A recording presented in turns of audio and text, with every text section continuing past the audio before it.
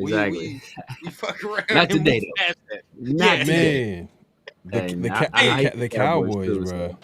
Oh, hey, man, Jerry making some bread. Yeah, Jerry making bread, bro. That Netflix special is fire, and then he over here fucking trading Micah. Yeah, he's real. Yeah, man. I gotta holler at my boy. I gotta do a wellness check because my boy's a Cowboys fan. So. And I hate the Cowboys. Oh, I hate the Cowboys. So. This just sad, dog. That's just sad. I be reveling. Anytime they do something stupid, I'll be, oh my God. Hey, bro, we be talking about Raiders shit, but a week before the season, though? That's crazy. No, but that's exactly what happened to the Raiders. Crazy. That's exactly what happened to the Raiders. Oh, like shit, literally, I didn't realize it was that soon to a Pharaoh. Me either. Yeah, man. But it is what it is because Cowboy fans, they always be talking a lot of shit, acting like they about to win the Super Bowl. They deserve it. Yeah, no, they deserve it. And they all and then the mass media always talking about them because there's so many Cowboys fans, and it's just facts. It is what it is. But hey, don't forget to clock in, like, comment, subscribe, and hit that notification bell. Here we go.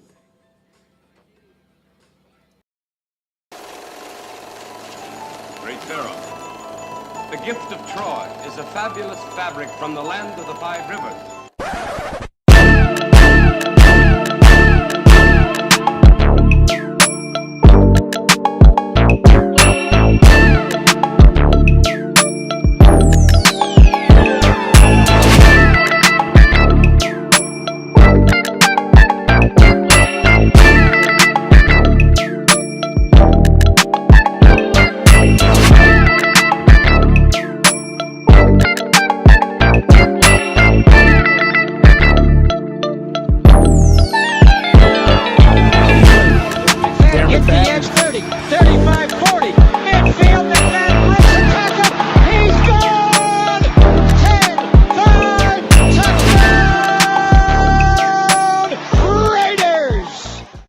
Years ago, when we came to Los Angeles, I really believed that the greatness of the Raiders would be in its future.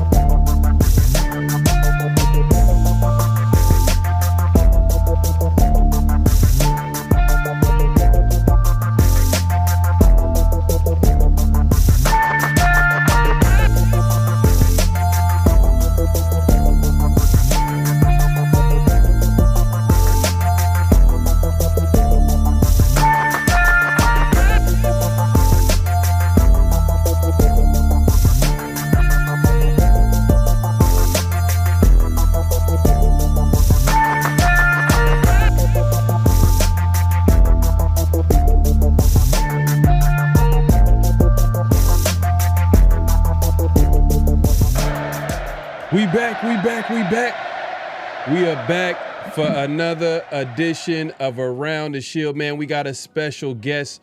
We got the Raider Rundown in the building, man. My guy. Appreciate y'all, man. Always a pleasure, man, when I can hop on with the fellas, man. Man, facts, man. It's been a minute, but hey, look, we're going to have a great show. We got a great show lined up, and we had another special guest that we were able to talk to as well. We'll get into that, man. Salute to everybody pulling up. Make sure to clock in. Hit that like button, hit that subscribe button, hit that notification bell. We're going to have a good conversation. Let's not waste any time. But you know what? Let's salute to everybody pulling up, man. The numbers in the building, man. Appreciate you coming through. Raider Resistance in the building. We got Yaya Hatamaki in the building, man. Salute. Brimblood in the building, man. Appreciate you coming through. Man, we appreciate everybody pulling up, man. It's going to be a great show. You know, before we get into, our spiel and our conversation, we actually were able to talk to Marcus from Tape Don't Lie. So it's always good to talk to him, and he's a film guy. Yeah. So definitely check out Tape Don't Lie. If you haven't already, make sure to subscribe to that channel. But we had a chance to salute EJ, man. Appreciate you coming through. Salvatore in the building, man. Appreciate you coming through. But yeah, we're not gonna waste any time. We're gonna go ahead and get into that conversation that we had with Marcus, man. Here we go. We are back, and we got a special guest. We got Marcus, Mark John, NFL Tape Don't Lie. You already know the name, man. Like, he's in the building. We got a good conversation coming up, man. We got a lot to talk about. This whole week has been like just news after news. I mean, starting with obviously the Raiders. That's the relevant info on this channel, and obviously Marcus too as well. But let's start off with the big news with Micah Parsons getting traded from the Cowboys to the Green Bay Packers. Did you see that coming? No, I did not see the Packers coming. And it's crazy how, Jerry Jones put himself in that position where he had to trade Micah Parsons. You know what I mean? Like, that's something that you shouldn't have to do. And, the Raiders, they traded Khalil Mack, of course. And, we know about that, how that feels. But, I really feel like they're more out of position. Like, it's not like with John Gruden when he came in, he was the GM and, all that stuff. And he was making all the decisions. He had a new coach and, he's trying to, put his foot down or whatever. I mean, this is Jerry Jones controls everything, right? So Jerry Jones runs everything. He makes all the decisions, so he decided that, he wanted to get rid of Micah Parsons, which I think is crazy.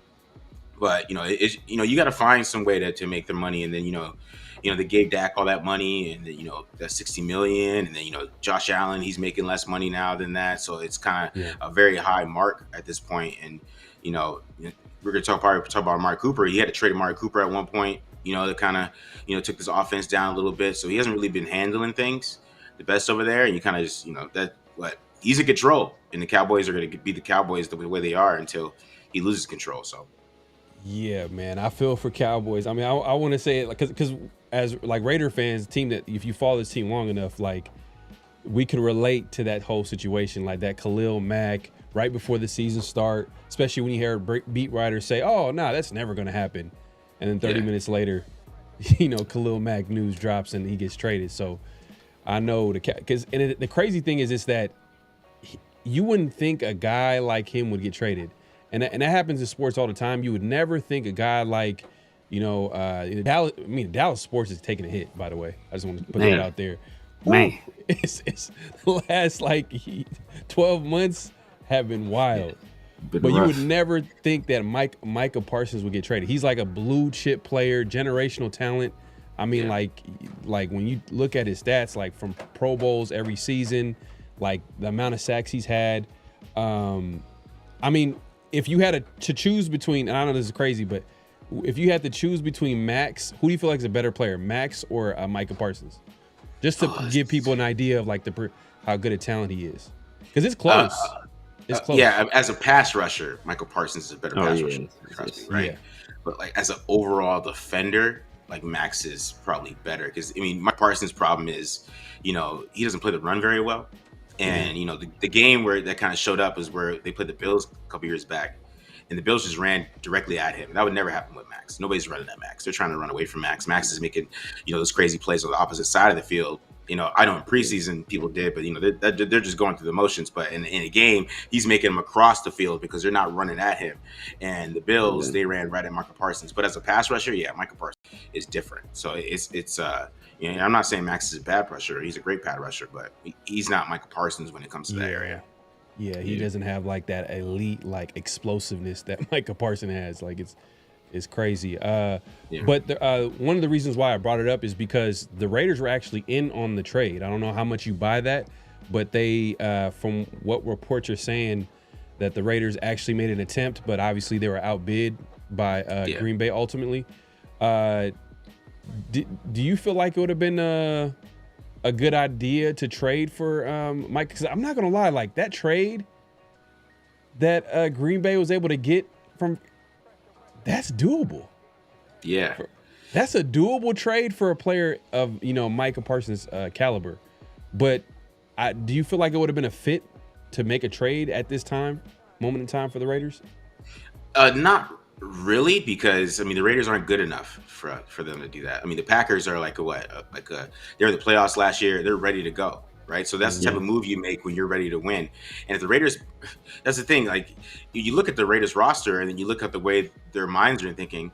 It's like, okay, are you guys in win now mode, or like what are you guys doing? So it's a little iffy. I mean, if you're going to go get Micah Parsons, that's win now mode. You're like, we're going to win now, right? Then we have a window, right? Because you pay Micah Parsons, and then Max Crosby's getting older, and those things are happening, right? That's a window thing, in my opinion. Like, and that's what the Packers are in. Okay, we're in a window where we have these young players, these young talent. We got Josh Jacobs. He's going to get older. All these guys around him. They got rid of Kenny Clark, who's an older player, right? But the Raiders aren't in win now mode to give up draft picks. Like, I mean, we need defenders. I mean, I need some good young players in here that on defense. So I feel like they went all offense on this draft, which kind of surprised me.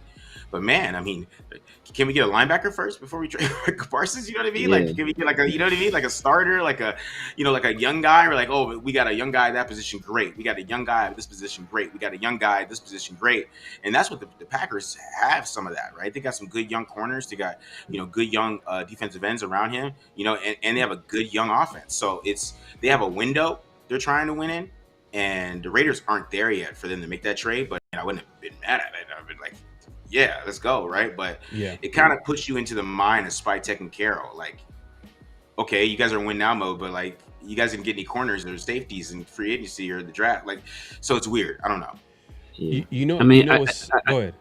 I think people are. I mean, even though he's older, he's 29. I think he'll be 30 this year. But people are underselling how good of a player Kenny Clark is, and it doesn't justify the trade, but it just lets you know that we don't have the assets to do that. Like we don't have a Kenny Clark to be like, all right, we can give you this guy who's an impact defender at a premium position, especially in today's NFL, to go along with these picks. Like it'll just be picks with like, so we'd probably have to give up even more picks to get a guy like, so like Kenny Clark is like a low first, early second round, like valuable pick. Yeah. Like 100%. We don't have that. So we it'd take another second or another first to pull that move off. And plus you look at the Packers on defense, who are they paying, right? They already got rid of Jair, who went to the Ravens. Like they're not paying anybody on defense.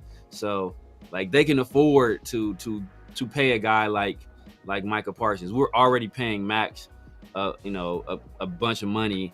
We don't seem to want to pay anybody else, I guess, but we're already paying Max a bunch of money. Yeah. So like, I don't think just structurally, when you have a finite amount of resources, you don't want to put that much money on your defensive line, even though we are, not paying Christian Wilkins possibly anymore. Yeah. Yeah, man, and it's crazy too because you mentioned that like, it puts you in the mind of Spytek and Carroll. But what's kind of interesting is that I think Spytek, which makes sense, a GM is going to always look ahead. They're going to look way ahead. They're going to always want to look to the future, 5 years. That's what they're supposed to do. But you can tell there's a little bit of a struggle there with Pete Carroll. And a lot of coaches, obviously, they want to win now because they know that they're judged ultimately by wins and losses. Mm-hmm. But especially Pete Carroll, man. The man is like 75 years old, and he wants to win now. And it made sense. It made sense because you hear Vinny talk about what was like the ultimate determining factor of getting Amari Cooper. Pete Carroll was the guy pushing for Amari Cooper. He was trying to get this deal a long time ago, and Zamir is funny because he's like, man, we caught Pete Carroll lying a few times during the offseason. But Pete Carroll's always he's gonna to everybody else, he's gonna keep it super positive, and try to make it seem like everything is fine, but in reality, their actions speak louder than words. And if he was trying to get Amari Cooper, in the building for a while now, Does that tell you a little bit about how they feel about their receiving core, especially Dante Thornton and guys like that? A little bit, not as much like Dante Thornton, but how they feel about the depth, and it also tells me I think they're going to pass a little bit more than we think. To bring in Amari Cooper, because you got to think when they had the wide receivers that they had in camp. I mean, they only kept 4 of them. I mean, they cut. I mean, people are like, "Oh, how many guys they keep on wide receiver?" I'm like, they kept 4 and added 1. They really didn't just kind of keep Alex Bachman or anybody like that. And those are the type of guys you don't want playing as much. You kind of feel, Alex Bachman, I know it's a good story, but if he's out there, you feel a little iffy about the wide receiver core, right? So, it's better to have Amari Cooper come in as a depth player than anything else. No matter what you say he has left, I mean, to have him, if somebody goes down, you got Amari Cooper coming in. It's not bad at all. So that brings depth to that position, but it kind of tells me how they feel about Geno and, how Geno's looked. That they might want to pass a little bit more. I'm not saying they're not going to run a lot, but I think they're going to try to pass early and then run late, kind of do those type of things. And I think that's what their goal is going to be, because I think they pass protected pretty well in the preseason too. So they kind of feel very comfortable about the offensive line as well. So yeah, I think they're just going to pass a little bit more than we think. But yeah, bringing in Amari was just a depth thing, because if they had guys go down, I mean, they didn't really have anybody that was true depth. After that, I mean, you have Jack Besh come in there. I mean, that's what I'm saying. Do you play Alex Bachman, or do you keep Philip Dorsett? You know what I'm saying? So that's why they did that, I think, in my opinion. So, yeah. Man, if anybody follows you on Twitter, if you don't, or X, if you don't already, make sure you go follow him at the Mark John. You put a tweet out talking about Amari Cooper, and I think I responded because, Amari Cooper's time in Buffalo, he was looking more like Cynthia Cooper out there. I don't know how much do you think he has left in the tank, and what do you think he will be able to bring to this team? I think it left in the tank. I think speed wise is kind of done. Right, you're not going to see him beat anybody deep like we used to. Even with these running those routes, right? Sometimes he would run beat somebody up bad off the line and he'd be able to keep that separation. You can't do that anymore. One of the clips I posted in the thread, I said it was classic Cooper because we've seen him win off the line like that, but it also became a tight catch because he's not as fast. So I think that's a big part of it. So I think the Raiders, they got to play him inside. Because if you're playing him outside, he's not going to win as much. Banks was giving him a lot of trouble from the Giants. You know what I mean? And he's not the greatest corner in the world, but he's a upcoming corner, right? And he was all over Amari. And if Deshaun Watson, who actually I guess he had a decent game in that game, it didn't hit some dimes to him, then it was really tight coverage. It had to be a perfect pass. Banks was all over him. So yeah, he just has that. That speed is gone. That explosiveness is gone. You're not going to get a lot of yak from him. He's going to be a type of guy that, you're kind of just, in certain situations, maybe you can get him up with some safeties and things like that. But, it's not, I wouldn't expect some kind of superstar to come in here and just be, old school Amari Cooper, because it's really not about his route running or anything like that. To me, it's the speed. And you can talk about injuries and things like that. But, I watched week 1 and week 3. I mean, when he was healthy, right? I mean, against the Giants. Yeah. I'm saying week 3 was against the Giants. So, he was healthy, right? I mean, nobody was saying he's injured then. I mean, you talk about in Buffalo, he's a little injured there. But I think what happened in Buffalo, which I'm a little worried about when I watched the film without him in Buffalo, is he wasn't picking up the offense quick. And if that happens here, you see what they're doing to JPJ. I mean, I don't know how many targets he's going to end up getting if he doesn't pick it up quick enough. So that was his problem with the Bills. Him and Josh Allen, Josh Allen would go deep, he would go short. He would be going deep, Josh Allen would go short. He wasn't picking up what they wanted him to do. And so the targets kept going down as the season went along, and then he wasn't getting any targets by the conference championship game. So yeah, that made me a little bit worried about him too. I mean, if he can't pick up a West Coast offense that quick, especially since he's been in the West Coast offense for I don't know how long, right? It's gonna be interesting to see what he can do out there. You don't think that it's tougher for a wide receiver, especially in NFL? It's not like the NBA where you can trade for a player and they can show a show level impact. You don't think it's harder outside of a pass rusher or anything like that to make an impact? Wide receivers just come in and learn a whole playbook. Literally everybody on the team has been preparing for this season and learning the whole playbook, and they're coming in the middle of the season. They have to basically be on the same page with the quarterback chemistry, timing? You don't think that matters? It does matter, but there's certain situations where when you're reading with the quarterback in certain systems, I don't know, Joe Brady's system has more like a reading thing where like, okay, if a guy's off you, you're gonna do a comeback. If the guy's pressing on you, you're gonna do a go. And like sometimes Amari Cooper still be doing a go against off coverage, and then Josh Allen throw the comeback, and then or the guy's playing press coverage and then he's doing a comeback and then Josh Allen's throwing over his head. So it's kind of like those smaller things. So he should know a route tree and West Coast terminology and things like that, but it's more like the keys that you have to read with the quarterback in certain offenses. So that's really more it's about. I don't know how much Chip Kelly is, very quarterback friendly. So things are a lot more easier, I think, on the players. It allows them to play a little bit faster, but we'll see how it works for Amari. I mean, just hearing Alex Bachman talk about the offense, one of the things he said is that Chip Kelly offers his wide receivers a lot of flexibility in the routes. So, like, it sounds like essentially the exact same situation. That he'll have more time throughout the season, but it's going to be the same situation where, hey, you know what, him and the quarterback have to be on the same page in terms of what they're going to do, and if they're not on the same page, we saw that happen with that Aiden O'Connell pick he was trying to hit Alex Bachman, where Alex Bachman set down his route in that zone instead of continuing it based on what the coverage was. Aiden O'Connell didn't see it, Alex Bachman did, and it results in a pick. So hopefully that's not something that occurs here with Amari. Yeah, man. I think it's interesting that you mentioned that he's more of an inside player. You know what I mean? Like, I would think that like maybe he can give you some value on the outside, is because I feel like that's where we kind of need a little bit, because we have plenty of inside players. But you're saying that he's going to come in, he's going to strictly play in the inside, or is he going to have that ability to go outside as well? I would say I hope they plan on playing him inside. That would be my hope. Like, I'm not going to. I mean, he just can't win outside like he used to.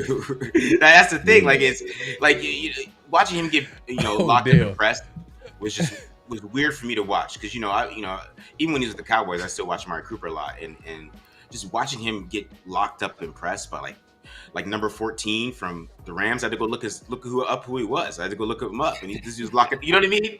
Locking him up, pushing him to the sideline. It hurt a little bit, but and that even happened when I was watching him in the summer too, because I did this whole quarterback thing, and I was watching Josh Allen. I was watching the Rams game, and I saw some of the plays he was making. I was like, ugh, man, I don't know if you should do this anymore. And then the Raiders signed him, so here we are. But to me, like, when he did well with the Bills is when they moved him inside, and then you can get him on if a team's you're playing like the Chargers, right? They play a lot of quarters. You can get him on a safety, and he can do his thing. It's off coverage. He ain't got to worry about that. Safety's not gonna hang out with him right now, right? But outside corners give you able to press him and do a couple of those things. But I don't know exactly what their plan is, but that's what I hope it is. So just make it a little bit more versatile inside, maybe. Ooh, okay, so he's just you're not inspiring a lot of confidence right now. I mean, I'll tell you right now, you're not inspiring a lot of confidence to me, Marcus. You got Jack Bech and Amari Cooper, both can't win outside. Yeah. It sounds like he's gonna be a nice, guy off the bench for Jacoby whenever he needs a breather. That's what it sounds like. And then, but he does come with some experience. He is a good route runner. Maybe he could help a Dante Thornton in that department as the season goes along, because it's damn near the entire offseason, Raider Nation, everybody watching was thinking that Dante's going to be a starter. He might be, but it sounds like right now, like on defense, Pete Carroll said that it's going to be like at opposite Eric Stokes. It's going to be like a rotating situation with corners, so they might do the same thing. With Dante, and rotate maybe Amari there or whatever the case may be, but we'll see. But you mentioned JPJ, and you talked about not picking up the offense. Do you think that's the issue with JPJ and why he's not the starting center, which we all thought he was going to be going into the season, literally like training with Gino at center and texting people and putting it on social media? That got to be like a little ego hit right there. Huge ego hit. But I mean, there's probably some other things that we don't know about. For sure. I mean, that Pete Carroll doesn't like, right? So the thing is, if you go watch old Pete Carroll press conferences, you could tell he doesn't like a player, right? I mean, he's not a big fan of JPJ.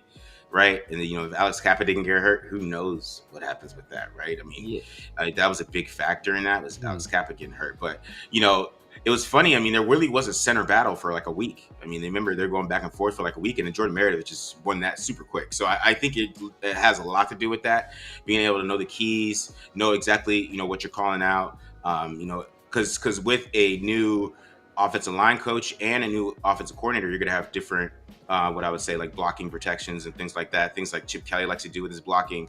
He's going to want to implement that. Things that Brendan Carroll likes to do, they're going to want to implement that stuff. So if he's not picking it up quick, and he's not being able to read things and understand who's blitzing and who's doing those things and being able to call things out, get the line set up, because the center is a leader of the offensive line. That's the leader, right? I mean, you get the quarterback's leader of the offense. The leader of the offensive line is the center. So they obviously felt like there's some kind of leadership issues there too, where he's not understanding things. And, also I think the short arms from Jordan Meredith had a lot to do with it. Just being these guys are kind of like sticklers for measurements and things like that. And he just doesn't have the arms to play guard in the NFL if you really want to go there. And, that's why he went undrafted. And I think that had the big factor into it too, in that he had history of playing center, and they probably really liked his film because he put out good film last year. So, I think that has a factor with it too, but I think it's a lot of JPJ just not picking it up, and I think it's a little bit of him being in the doghouse. Man, that's interesting. Yeah, because I mean, like I said, I don't think they handled the JPJ situation well at all. That's been one of my biggest criticisms of it, and then it's continued. Like even recently, he spoke and he went out of his way to say the only reason Jackson is starting is because Kappa has not been here healthy. That's the only reason. Like, he went out of it. Like, you don't got to say that. You do not have to say that at all. You just say, hey, we're moving forward with our best five, right? Who we think is our best five right now puts us in the best position to win. But he made sure he let everybody know, like, yo, he don't really win this job. He only got it by default. It's like, I mean, I like I said, I don't think he handled that situation well at all. But we'll see. We'll see. I think the best five out there are the guys we have now. They're not all in the exact spots we thought they'd be, but I do think we settled on the best five. 100%. I agree with that. Yeah, it's funny too, because like we found out over the offseason that like Max and JPJ had an issue. Like during the season, there was an issue between them. I didn't know that. Obviously, it came out like during the offseason, but they were kind of explaining like, oh, now they're good and they're buddies, and he hosted his podcast while he was gone, and yada yada yada. But it's just like what happens behind closed doors is probably not what you're gonna see like what's out on Front Street, So we don't know what happens behind the closed doors, and for whatever reason, I don't know why JPJ would be in the doghouse with Pete Carroll. Like that's just like the weirdest situation outside of the things that you mentioned, obviously the not getting the offense and things like that. But that being said, the 53-man roster is pretty much, it seems like it's finalized. I know they picked up a right tackle. They let go Thayer Mumford. They picked up a safety today. I don't know if you looked at him and what you thought. What's your thoughts of the 53? It just overall, it's a very offensive heavy team. I mean, because you go back to trade for Micah Parsons, that's the only reason I could think about it. I mean, the offense seems pretty ready to go. I mean, you got Geno Smith. He looks really good in the preseason, really hasn't done anything wrong that kind of makes you nervous. And that's kind of what you expect from a veteran quarterback that, at his level, when you go out there and you play in the preseason, you shouldn't have problems. They're not trying to fool you. They're not trying to do anything crazy. You shouldn't have any problems like that. And he looked well. He looked like he played well out there. And then, got Ashton Genty. You got the wide receivers that are up and coming, and you kind of got the young offensive line. They feel pretty set there. I think defensively, when you just look at the roster, man, it's just very underwhelming, right? And one thing I say that the Raiders are going to play the run really well. I mean, they got Landon Roberts out there, Max Crosby, Devin White. Even Jermaine Pratt plays the run pretty well. Jamal Adams looks pretty good in preseason. It's just more about how they're going to stop the pass, and that's going to be the big issue for me. Just looking at this roster, they're so kind of just young at corner, just young and like inexperienced at corner is the biggest problem. You got a undrafted guy, Kyle Kelly, who's everybody hyped about, but he's got traded and he was like cut. He was a practice squad guy before. You got Takamian Richardson. He's a 4th round pick, right? And it's sure, 4th round pick corners can become good, but that's not something you always want to bet on. And then you got Darian Porter, who's going to be starting, and then you got Eric Stokes, who just Stokes is just hard to explain sometimes. He just I never seen some guy who's so stiff. So it's just we're gonna see him slip one time. It's gonna frustrate us. That's my problem. It's the corners, man. And even the safeties, bro. I mean, they're putting a lot on Isaiah Palomau to be like this stud safety out there. Like if you look at the safety position, like he might be the best one, and they're putting a lot on him, in my opinion. Like, that's a lot of pressure. He should be more of a role player, in my opinion. But he's out there going to be a starter, and they're going to do a lot with that. But the defensive line looks pretty good, so they're going to have to depend on that. They're going to have to depend on the defensive line to get pressure quick. But if they're playing the zone they're going to play, if they're playing good quarterbacks, they're just going to get rid of the ball quick. So it's going to be tough, man. It's going to be tough for them to stop the pass, especially like when you watch the Niners game. Brock Purdy, he didn't even attack outside. He just attacked Devin White and he attacked Landon Roberts, and that's what Brock Purdy did. And he had a couple plays where he hit Eric Stokes on a nice pass, but all the rest of them were just in the middle of the field. He's like, you got Landon Roberts out there. I'm going to tackle Landon Roberts. We're going to get Ricky Purcell on him in some way, and you're playing zone. I'm going to attack him. So we're going to see a lot of that. But against the Chargers, I think the Raiders are pretty good. But against everybody else, it's going to be a little rough. Man, bro, the arrogance of Pete Carroll, man. I could coach him up, and like I'm sure it sounds like you're not a huge fan of that trade of Jakorian Bennett, who it looks like he's going to be the starter on the outside for the Philadelphia Eagles, while we're like wondering like who's going to be the starter on the on opposite of Eric Stokes. It's literally going to be Russian roulette every week, like until they figure out like we got a guy that we're comfortable with. Like that doesn't make any sense, especially with all like the D tackles that stepped up over the preseason, and we went and we traded for Thomas Booker. I understand like that might have been overreactionary to Christian Wilkins and that whole situation, but Lecky. I mean, I think like I said before, I think if Lecky Fotu is healthy, we probably still trade Jakorian Bennett. I don't know if we trade him for Thomas Booker. I'm sure they still trade him. Yeah. He's running with the 2s and 3s, wasn't he? Like he was playing with the 3s and 2s. Like he was clearly demoted. Yeah. But to me that was always weird because he's a good cover corner, but his tackling, I bet that's what they just didn't like his size and his tackling, and then since he can't tackle that well, you can't play him inside because he can play inside. He can play slot corner, like he can guard in the slot. There's plenty of times you saw him in film last year. He was, he had to guard somebody inside. I mean, he was guarding Jamar Chase inside. You know what I mean? Mm. So he can do that. It's just when you play in the slot, you got to tackle, and it's hard to kind of trust him there a little bit. But I still thought it was a weird move. I mean, I feel like with corners, and I'm going to say this, and people might get bothered, but I think tackling is just a little bit overrated with corners. I'd rather have a cover guy, and then if he misses some tackles, sure. But if he's getting picks and he's not in a passing league, like these guys pass 500 times a game, right. And I know, you got to have somebody who can cover, right? Exactly. I mean. Yeah, a missed tackle there. Corners missing tackles is what safeties are made for. Like that's why we have safeties.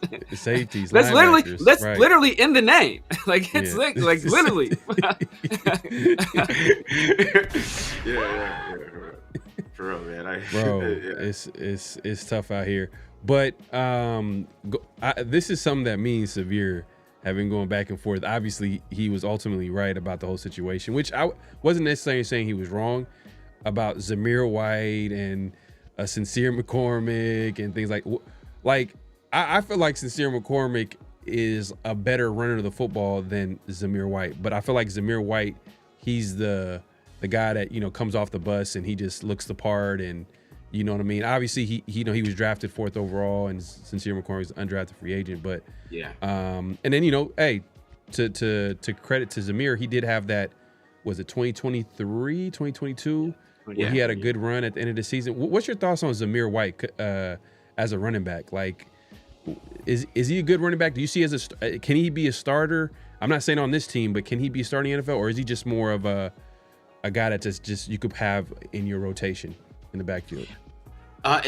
He's just a very scheme guy. Like you have to run a certain scheme with Zamir White, so you have to run power or gap, and if you don't, then it's not going to go well. It's going to look like last year, right, where they brought in Luke Getsy for a power guy to run outside zone with a guy who had 200-yard games running power in a power system. But they bring in Chip Kelly who runs both, right? And Chip Kelly adapts to the running back that's there. So, Ohio State, he ran a lot of gap. He had, Judkins and Henderson, right? So he runs a lot of gap with them. With Zach Charbonnet at UCLA, he ran zone, right? So he looks at Zamir White. He's like, okay, I mean, this guy's, he's talented, right? 4'4", got drafted in the 4th round. He's more talented than Sincere McCormick. So, with that talent that's there, you feel like he can get the most of it if he can just, stick to the scheme. And, that's what you saw on against the Cardinals. I mean, all they did was just pull guys, and, that's Zamir White just running downhill. And that's what you should do with him, right? But, I still think what happened to Sincere McCormick was Dylan Lobby tackles. Special teams. I think that's what happened to him. All them Dylan Lobby running around, making tackles, playing well on special teams, doing all those things. I think that's what more of what happened to Sincere McCormick was the Dylan Lobby just making plays on punt return and doing all these things. And they're like, man, we got to keep these special teams ace. You know what I mean? That type of thing. Right. And and that's what happened. Who would have thought that? Who would have thought that going into training camp too? We're cutting good cover corners because they can't tackle, and keeping bad running backs because they can't. This is crazy. This is crazy. No one would have predicted that Dylan Lobby was gonna make the team. Everybody before training camp, going into training camp. Oh yeah, like Dylan Lobby just except Severe. Well, before training camp, but I was the lone person saying it was the 4. And I said, if it's going to be if the battle was between Sincere and Raheem Mostert, that was the battle. Yeah, because if you have Zamir White as your clear number 2, like what is Mostert really there for? But he was obviously a better player than Sincere. Just like, do you go with the younger guy that conceivably has some potential? I mean, that was a decision. I felt that. I thought they would throw him on the practice squad. They didn't want a practice squad. Bro, they was like, all right, we good. It's that Pete Carroll shit, bro. Like 33 years old, 33-year-old running back. I mean, we're gonna see what he does this year, but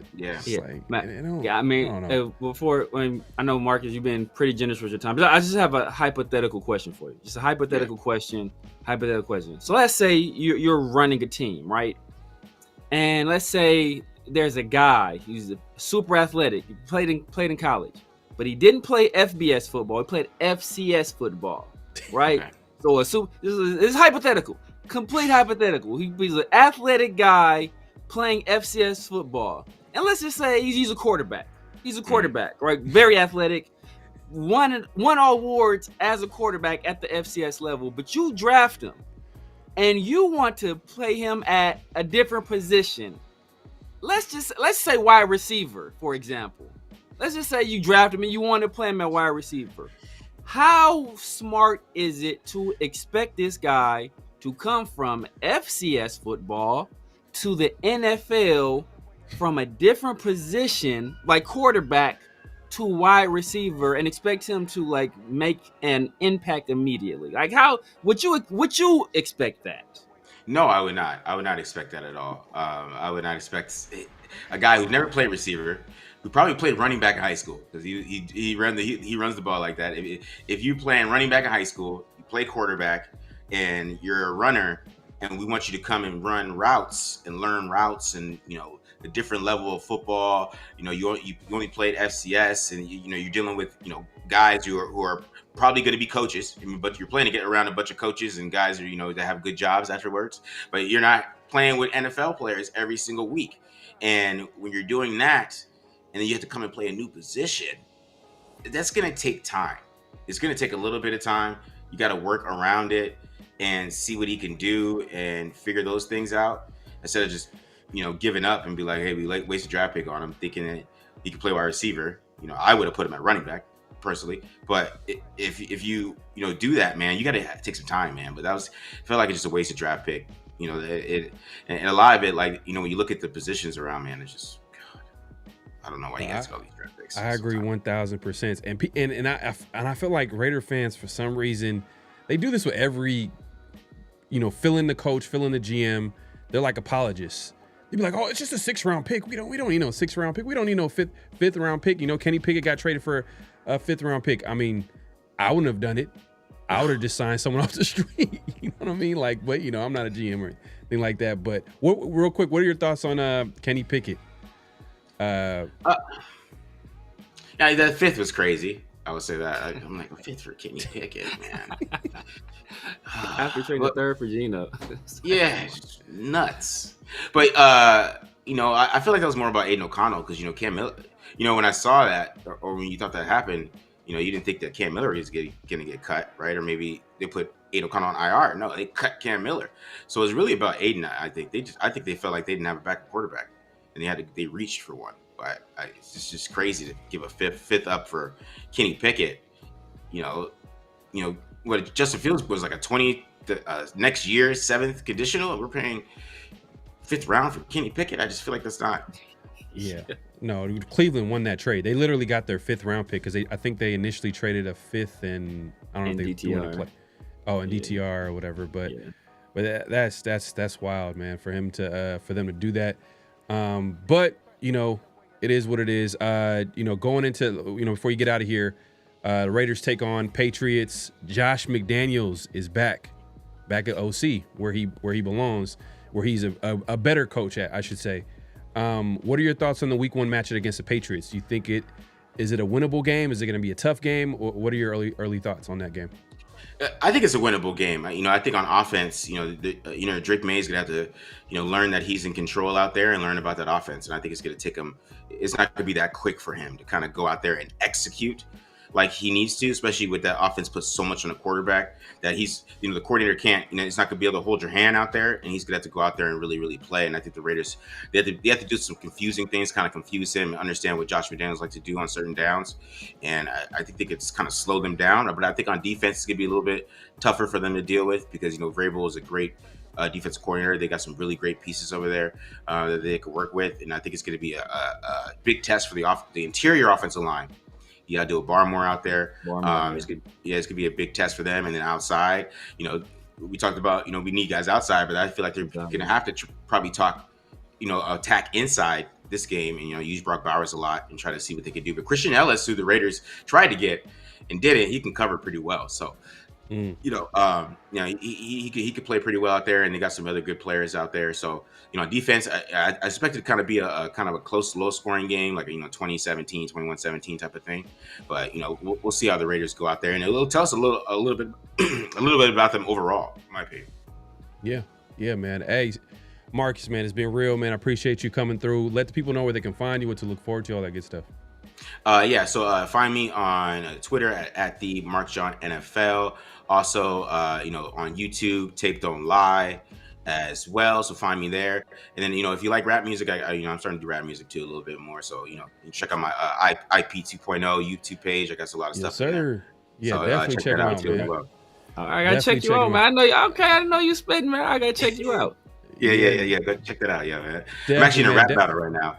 Logo. All right, yeah, be careful what you say, man. They suing nowadays. Be careful what you say. All right, guys. I appreciate you guys, bro. All good, man. All right, y'all. We back. We are back, man. If you're just joining us, man, appreciate you pulling up to Around the Shield, man. That was a great interview we just had with Marcus from Tape Don't Lie. But we got another guest today, man. We got Raider Rundown in the building. Make sure to click and hit that like button, hit that subscribe button, hit that notification bell. If y'all not aware, if my mods are in the building, definitely put the links on for Raider Rundown. Make sure to subscribe to his channel, man. We're gonna have a great conversation. Man, that was a good conversation with Marcus too, by the way. And when I was listening to it, it had me thinking because we were talking, Zamir, you're hilarious talking about because I had a problem with this. When I found out that Tommy Mellott was not on the practice squad, and I just felt like it was weird that you draft a guy, like you said that you put it perfectly, FCS guy, FCS QB, you're trying to transition him into a wide receiver, and you at the very least, I understand it's gonna be a project. Don't even put him on the practice squad. It's something more to it than that. I know Spy Tech is not that dumb. And I was thinking about it. I was like, you know what? I think there might be a clash right now going on with, and it might. And I'm not trying to make something out of nothing, but there might be a clash between Spytek and Pete Carroll. Pete Carroll wants to win now. Spytek is looking for the future. He wants to develop the young talent. He wants the young talent to play this, that, and the third. That's why you keep a Raheem Mostert, 33-year-old running back, over Sincere McCormick, and that's why you cut and you don't even put him on the practice squad. Tommy Millott, like when you knew he was a project player to begin with. I mean, what is your take on that rundown, man? Do you think they should have at least had him on the practice squad? I mean, you draft him in the 6th round. I understand 6th rounders. People have this misconception that 6th rounders don't mean anything, but how do you build out your roster? How do you build out your depth? You got to have guys play special teams, at least stay on the roster for a few years before you move on. You know what I'm saying? Man, come on, man. I don't think personally it made no sense. I'm right with y'all. Why draft him? We know what time it is. And it's not a couple years ago, Braxton Miller a couple years ago, he was a quarterback turned receiver, but he went to goddamn Ohio State. That's different, bro. That's different. And he made plays as a receiver, you saw it. So it was all right, cool. Like Zamir said, dog, he went to FCS. He was playing quarterback, and at the end of the day, not even as it is not disrespect, but as a quarterback prospect, immediately in the draft, all I heard was, no, he's not a quarterback, but he's a good athlete though. That's what everybody started with. So at the end of the day, it's all right, you're gonna have to build this from the ground up. That just is what it is. The comment made no sense, and I'm right with you. Something I don't know about. It's a power struggle. I don't know what to really make of it, to be honest with you. Because at the end of the day, man, they telling us one thing, but like Zamir always says, man, it's the wolf tickets, man. We know what time it is, dog. They're gonna dress it up as nice as they can. But all of us has been making this content, y'all. Me, everybody else been saying the same thing, dog. It's year 1 of this regime. We know we wasn't ready. We knew what time it was, bro. You feel what I'm saying? I know a lot of us are gonna. A lot of fans is gonna come to the realization probably in week 5. That's week 5 is when it's gonna hit their ass like a ton of bricks, and they gonna be like, "Oh yeah, they right. We wasn't ready." But as of right now, they still got that Raider goggle shit on right now. It's before week 1. We feel good. We fuzzy and shit.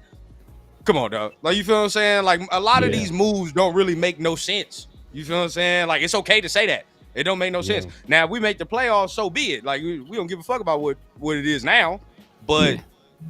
As of right now, bro, a lot of these, you got to be scratching your head and saying, all right, well, what are we doing? You know what I mean? What's the vision? What's the plan? Whose plan is it? That's my thing. Right now, I don't know. Look, and the reason why I had me thinking about it, because shout out to Raiders Beat. They put out a lot of Raider content as well. And I caught this I was watching the Spytek presser, and I noticed a comment. I was like, why would you say that? Why would you say it like that? And he made a comment about Tommy Millott, and he was like, I believe in Tommy Millott. Hopefully he can go to a place where they have more patience or something. And I'm like, huh? Who? I thought, again, hey, bro, it's been an all season. I don't even mean to cut you off, but it's been an all season full of lies. You feel what I'm saying? It's been an all season full of lies. Draft was the biggest lie. You feel what I'm saying? I can guarantee you we could probably pull up that presser that they had about Tommy Millott. And they guaranteed was we're going to try to develop him and do all that. I guarantee you they probably said that shit in that presser. And now here we go a couple months later, different. Same thing with Cam Miller. You told us he was a Tom Brady selection. All right, you told us he was a Tom Brady selection. Hey, bro, he a 6th round pick. Let's be real with ourselves. You know what I'm saying? Let's be real. How many franchise quarterbacks you get out the 6th round? Come on, dog. You know what I mean? 1, the number 2, maybe if you count Purdy. Let's keep it a real beam, bro. We're not gonna sit here and do that. You gonna sit here and lie to us and be like, yeah, bro, he hand selected him. No, it's just you didn't have the QB as a big priority. Okay, cool. That's what we understood. That is what it is. But they better be right on the other development they doing with these other dudes. I guess if that's the case, if it's so cutthroat, you feel what I'm saying, then the competition and development got to be going crazy at this point. Yeah. Shout out to Raider Ray in the building, my guy. He says, if you had to guess who has final say based off the moves you see? I think it seems like Pete. the roster. It seems like Pete. It's Pete. Like Pete. who makes the roster? Who makes the final 53? Yeah. Which it should not be.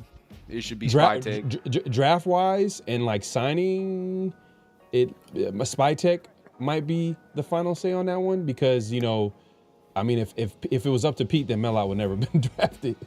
Oh, yeah. Probably. Probably. But I think these recent moves for sure, Pete. I ain't gonna lie. These recent ones. Genty for sure was a Pete Carroll pick. Oh yeah. Genty for sure was Pete Carroll. Like hey, you know what I tell you, Severe? If the Browns didn't make that pick before us, I know who we was gonna pick. I'm not gonna lie to you. Yeah. It's not like saying I'm mad about Ashton Genty, but I have a feeling that he would have picked Mason Graham. Mason Yeah, Graham. he would I have. wouldn't have minded that. But Pete, hell Pete, nah. he took. Looking that's at not it the now, first time. hell no. It's not the first time he took a first round running back out of the Mountain West. He did it with Penny. He hey, did. Shout out. That's why I'm gonna leave it there. Shout out to Rashad Penny. I'm just leaving it right there. Yeah. Hey, looking at our DT roster right now, dog. You goddamn right I'd have took that Mason Graham the way it look right now. But hey, I still think Ashton gonna be cool this year. I mean, I know we're gonna get into it probably, but we'll see. Yeah. J Dog says Parsons not worth 2 first round as a player. Honestly, he is. I mean, I would have done that in a heartbeat. But in the Raiders standpoint, like if the Raiders are making a trade, it would have been a bad trade. Yeah. Just because it would have been a good trade because it like we got too many holes, bro. Like it would have been a situation like, oh, Max Crosby gets sacks. Oh, Micah Parsons. Oh, the Raiders got a great D-line. Who's covering? Oh, we got to draft him. Oh, we don't have a first round pick. Oh, we don't. You know what I mean? We would have been. The goalposts would have moved. It would have went to like something else on the team that would have been a major issue. But now we don't have the resources to address them because we traded 2 first round picks. Now the Packers though, on the other hand, that was a great trade. They're way close, bro. They close. Yeah. That's a great trade for them. Great. But for the Cowboys, trash. Trash. Well, I mean, if you think about it though, like I was thinking about this. Somebody said this. Where were they even going with Micah Parsons to begin with, though? Like, let's just keep it a bean. Like, they not finna go to the Super Bowl. We all knew that. Like, they're not that good. The whole team with the Cowboys not that good. So then you mean to tell me you paying Dak Prescott and Micah all that money to just be mid? You feel what I'm saying? Like, So then, if you really think about it, they kind of taking that little reset that they need to do. They kind of got to do it with Dak too. They in that position we was with Derek Carr a couple years ago. You feel what I'm saying? Where they just they in purgatory. They just paid Dak too, bro. Exactly. But the thing is though, like they know their offense is going to be the identity. It's nice. It's going to be Dak. It's going to be CD. Yeah, they got George. They got George Pickens, right? So like that's going to be their identity on that side of the ball. So that's where like, hey, look, sell them tickets. Exactly. This is what we focusing on. This is what we focusing on right now. Put up a whole bunch of points, be entertaining. Yeah, be the Cowboys, be exciting. And we they got a pretty solid. They got secondary. They got Bland. They got Diggs. They got some solid corners out there. So they figure out exactly. They figure if we can get any kind of pass rush at all, we got some guys that can cover. We'll be solid, and we know both those guys take the ball away. Both those guys take the ball away at a high rate. So you get them healthy. That's their philosophy. Is I know we're gonna probably touch on it. You see, Pete Carroll defenses be giving up hella damn yards. They just tighten up, in the red zone. So they probably we'll see if we can even tighten up there, dog. Because we are historically one of the worst red zone teams ever, dog. Like I watch every other 31 team. And they're not as bad as we are in these red zone situations. I just never understand what goes on. Are you? Is that a shot at PG? Are you taking a shot at PG? Hey, I'm gonna be real, bro. I'm gonna be real. I like PG, but there are certain things he does with the corners that pisses me off. Why do we consistently play our corners 15? It don't matter who it is. They're always 15 yards back. It don't matter what corner the name is, the jersey switch. They 15 yards back. He did it with the Giants and shit too. He was doing it over there, bro. Like, I like I like his aggressive nature at times, but it don't come out enough for me, bro. Like he's doing too much of that bend don't break too, and mixed with Pete Carroll, that should scare me, bro. So we about to allow like 300 yards in the first half. You feel me saying? But it'll be cool as long as we can hold them to field goals. But what if that shit don't work that day? You know what I'm saying? Now guess what? Now we got to win 38-35 because the defense ain't stopped nobody. It's gonna be that. It's for sure about to be that. Oh yeah. I can smell it already. Unless we generating turnovers, it's for sure gonna be. That's the only way. I think that's the only way we can combat that. Because our pass defense. I saw y'all with Marcus, bro. He right. Our pass defense is gonna be ass. I mean, this is let's this. I guess is a good segue, like Zamir said.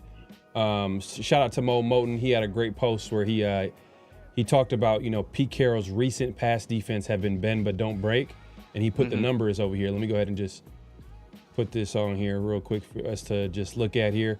So you look at the numbers here: 27th allowed in 2019. Pete Carroll coached defense, so 27th allowed yards, but 5th allowed touchdowns. 31st allowed yards, 9th allowed touchdowns. So bend but don't break. You know what I mean? So that when they get to that red zone, they're not giving up a lot of touchdowns, which, you know what I mean? We're hoping. I'll take that for year one with Pete Carroll. I'll take that based off the talent that we have, based off the secondary that we have, based off the talent and depth that we have on defense. I'll take a bend but don't break. And then if you add some turnovers, that could be playoffs with a good offense. That could be playoffs with a good offense. Being realistic, I just want us to be somewhere between 2023 and 2019. To just be in between somewhere around that, bro. Just being realistic, we'll be straight. You cannot, if we're 31st, it's gonna be rough. Yeah. It's gonna be rough.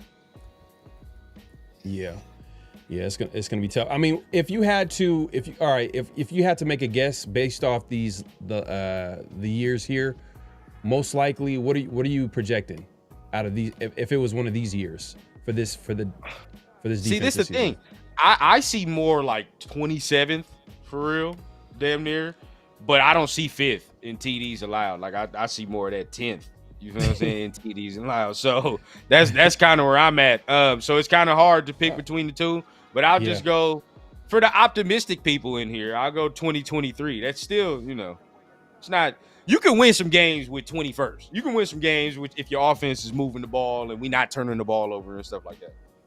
Yeah. And then, Pete Carroll made a mention, because you were talking about corners and the way PG likes to pay corners. But Pete Carroll today was saying that Eric Stokes is going to start on the outside, but on the other side, it's going to be a rotation of players. So, I mean, and it's like, damn, like, how is it going to be a rotation of players and you traded away a Jakorian Bennett that played like one of the best young corners in the NFL? Like, when you make that trade, I'm thinking like, oh, okay, you already know who the starting two corners are. Yeah. You good, you set, you know what I mean? You're going to go with the growing pains, you're good. But when you go week one and you got one starter on the outside and on the other side, you're going back and forth with the Cameron Richardson and Darian Porter and Kelly. Oh Lord, man. And then who knows who's going to be playing at nickel? Is most likely Lord Darnell knows, Holmes. man. We got open tryouts and shit this week. I heard there's open tryouts at the stadium to see who could play nickel.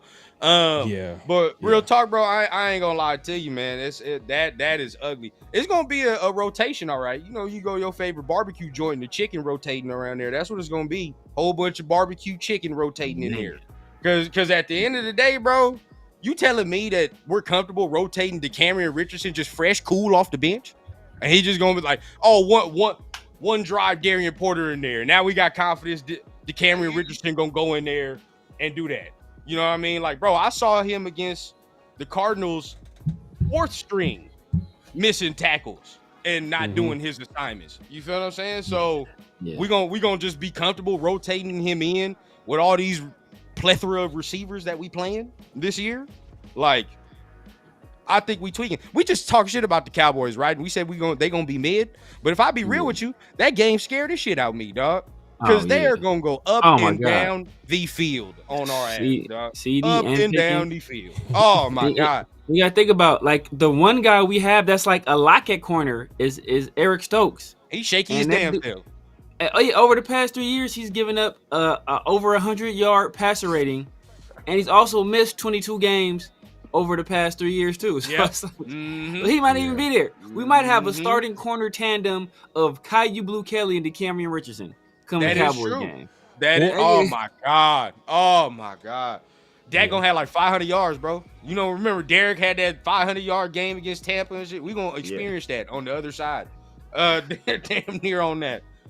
But see, mixing with that, that's what I'm saying, bro. Like all the pressure on this defense is on the D line and being able to scheme up some blitzes. That's the only way it's gonna work. Because if we just, again, if we're the 31st ranked defense, I don't know if we have enough hogs to say like we're gonna be 9th in TDs allowed.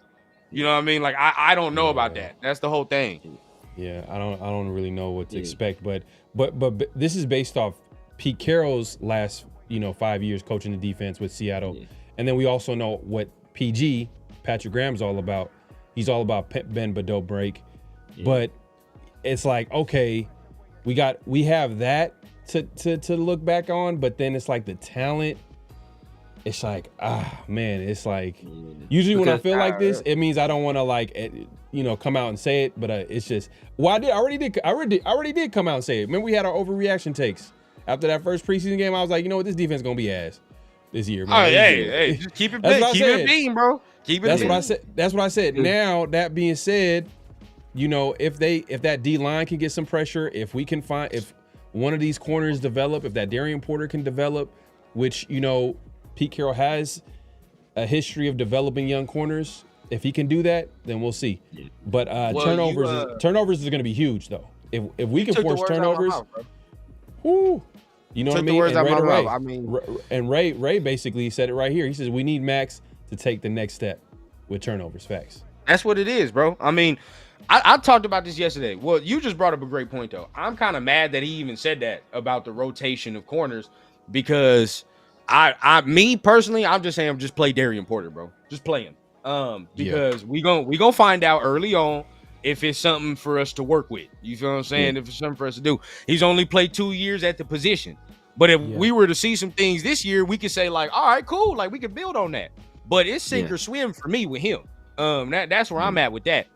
But I talked about Max yesterday, dog. That is the reason that people consistently put the TJ Watts, you know what I mean, the Nick Bosa's ahead of him when you talk about these lists because they get turnovers. That's the whole thing. He's got to add that to his repertoire.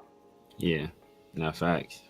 And think, we've it's been at the expense of Aiden O'Connell mostly, but we've seen them kind of generate some turnovers in some of these practices. So, we'll see if he'll be able to do that in real games. But if you look at Pete Carroll, you look at this list, right? Like this one outlier, and that's the 2022 season where, everything else is about the same. That one season, they jumped to 13th in yards allowed.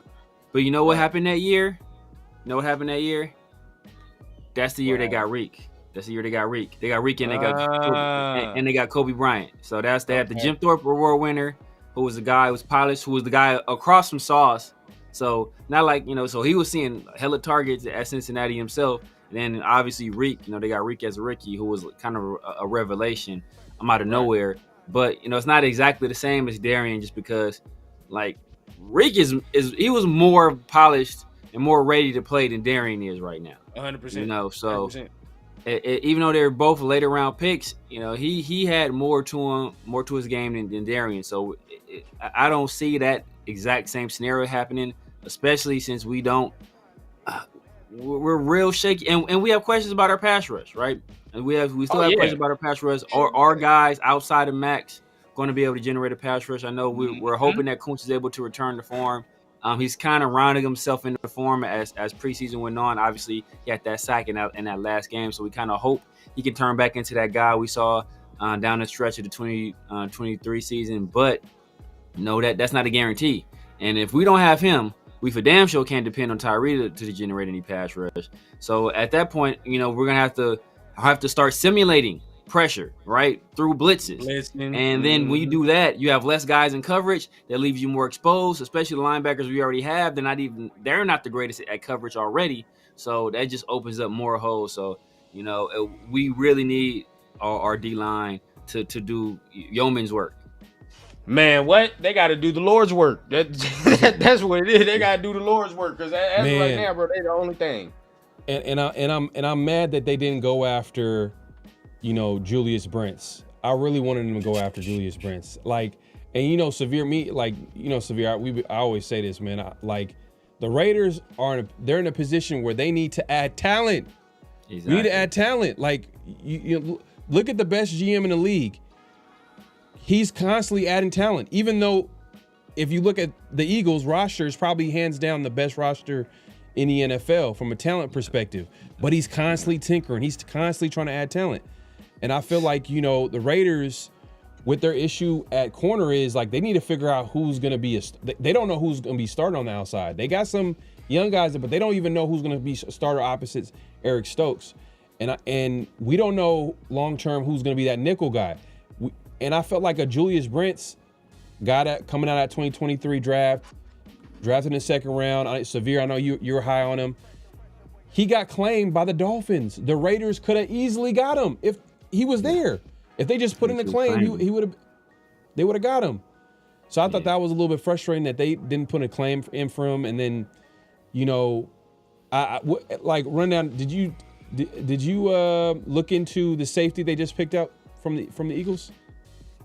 Kinda, not really. But knowing how we are as a fan base, we gonna say we got the next goddamn Brian Dawkins, because he's from the Eagles. But nah, bro, he's okay. You know what I'm saying? He's depth. That's what it is. And Exactly. Nobody they're signing right now, and I looked a little bit of him. He's depth, bro. Like nobody they're signing right now is a starter. If that's the case, then you should already, you in your mind, if you don't think that that's something going on, then hey, I don't know what to tell you, bro. If they got to sign somebody to start a week before the season, that should have alarms going off in your mind already that something ain't smelling right. But look, yeah, he's depth. No one should have alarms going off in your mind, And look, people will readily tell you guys aren't coaches, you guys aren't GMs. What are you talking about? I do know this. The Raiders had the second most cap space in the league. They ended the 2025 draft with 11 selections. And we have damn near as many holes on this team as we started the year with. So, obviously, the people that are the professionals, they don't know what the hell they're doing either. Because we're basically, we're damn near back at square one. We got a quarterback now, and we have a guy that we think can be a franchise running back. But other than that, we still have holes throughout this entire roster. So it's just frustrating. It's just frustrating because we were sold a bill of goods. We were told that and we shouldn't have believed it, but we did. We were told that this team is going to come in and they're going to compete immediately. We were going to compete immediately, and know how I know that they are full of shit, because Pete Carroll, the compete guy, traded a 5th round pick for Kenny Pickett, who, when he was in Pittsburgh, demanded a trade because he didn't want to compete. So this is the guy you spend a 5th round pick on. Like, bro, mix me with that nonsense. I don't want to hear you talk about competition no more. Don't say a damn thing about competition, because you just traded a valuable asset for a guy that demanded a trade because he didn't want to compete. Who's never going to play? For real. Who's never going to play? I hope he never plays, but I don't want to see him ever. Well, let's the defense is obviously depressing, but let's focus on, let's look at the positives here, man. Like, in Raider Races, basically feels like we just flipped the talent on this team. Defense carried us last year. Last couple seasons, you could probably argue offense is going to carry us this season. Yeah, and I think the offense is what's going to have us looking forward to every Sunday to see the progression of how good a player Ashton Genty is. I know, Rundown, you were getting ready to talk about Ashton Genty and how you feel about him as a player. What have you seen so far from him to make you think that he's going to have a big season? Well, the season, how big the season is, really depends on what the line does. To be honest with you, and I think that he's going to at least give us right 1,100 yards. That's what I would expect from him, right? Something like that. And then go ahead and then give us another 4-5 in the receiving game. So I'm cool. That's 1,700 yards all purpose. Now I want my Saquon 2,000, but seeing as though what the deal is with this team, I think that might be a little steep. My only thing is this. I talked about this yesterday, bro. And again, people always like, there be certain people that dismiss it and always is, oh, this shit don't matter when you bring it up about little intricacies of the game or whatever until it actually matters. My thing, I love him running over these DBs. I love him running over these safeties, but that he can't keep doing this for no 16 games, bro. I'm telling you that right now. I mean, everybody, it looked good. You feel what I'm saying? But this is 16 games he's never played against grown-ass men. At the end of the day, bro, why would you not even prolong, but why would you shorten his shelf life like that? That's what I'm saying. Like, for example, Zeke Elliott just retired the other day. What was his career, like 7 years? Look how they ran him into the ground. You feel what I'm saying? That's how we're fixing to do Genty. That's how we fixing to do it. And the career will not be that long if you taking all this wear and tear on your body. You know what I mean? Like, I would love to see him play a good, nice little 10 years. You know what I mean? That'd be nice. You get your chunk of change like that. But we ain't gonna be able to do that if every other thing I'm running over another DB. Right. I just took a linebacker hit right there. And and we supposed to be doing that for 25 plus carries, 16 games. Yeah. That's like, nah, bro. No, you cannot do that. So I just think he's got to probably change that up a little bit as it goes. Yeah. No, I agree. And that was the first thing I kind of seen that second preseason game where he just, instead of trying to make the linebacker miss, he's like, I'm just going to go 100 miles per hour, just go run straight into you. And it was like a stalemate. And I'm like, man, if he keeps doing, he can't do that. NFL linebackers ain't no joke. Like, these are, no. You know, like you keep doing that. You can't do, that's not going to, that's not going to hold up for an entire season. So I agree with that 100%. Now with the DBs, I feel like DBs can't, I don't think DBs can. Oh, no, yeah, he can do that. That's his superpower right there. He can't do that. Yeah, but even then, you don't want him. Even then, you don't want him doing it. Yeah. Oh, no, yeah. There's certain safeties you don't want to fuck with, like Derwin James. I'm not fucking around like that. Oh, yeah. You feel what I'm saying? Like we can't be taking Derwin James hits like that head on, bro. Like he'll kill you damn near. You know what I mean? So I'm not with that. And this the next thing. Think about this. Imagine this man misses a game this year. Imagine he got to miss 2 games this year. Dog, what does our offense look like? You feel what I'm saying? Like that's my whole thing. He can't miss no game. Zamir White show. Zamir White and Raheem Mostert, man. Everybody's so confident in Zamir. Why? Because he is second back right now, bro. That's his role. That's what he is. But as soon as he a starter, I guarantee you we all sweating bullets, bro. That's my whole thing. I don't want to see no blue tint from Genty. Facts. And we've seen him some movie before. We've seen it with Cadillac. We've seen it with Larry Johnson. You know, we've seen it with we've seen it with my guy out of that was with the Cowboys. As a matter of fact, went to the Eagles. I always forget his name. Out of Oklahoma, I forget his name. But DeMarco Murray. DeMarco Murray. We see it with DeMarco Murray, and then look, we saw it. Look, put it in perspective. And Pharaoh reminded me earlier. Raheem Mostert is 33 years old, right? Yeah. Todd Gurley is only 31. Ooh. How many years Todd Gurley been out the league? Man, because bro, the amount of money. Punishment. Taking that kind of punishment, man. So like I said, and my biggest concern about like Genty, it was can he break tackles to the level that he was doing at Boise in the NFL? I still don't think he's going to do that. But it's not about like him being a physical player. It's can you run away from NFL defenders?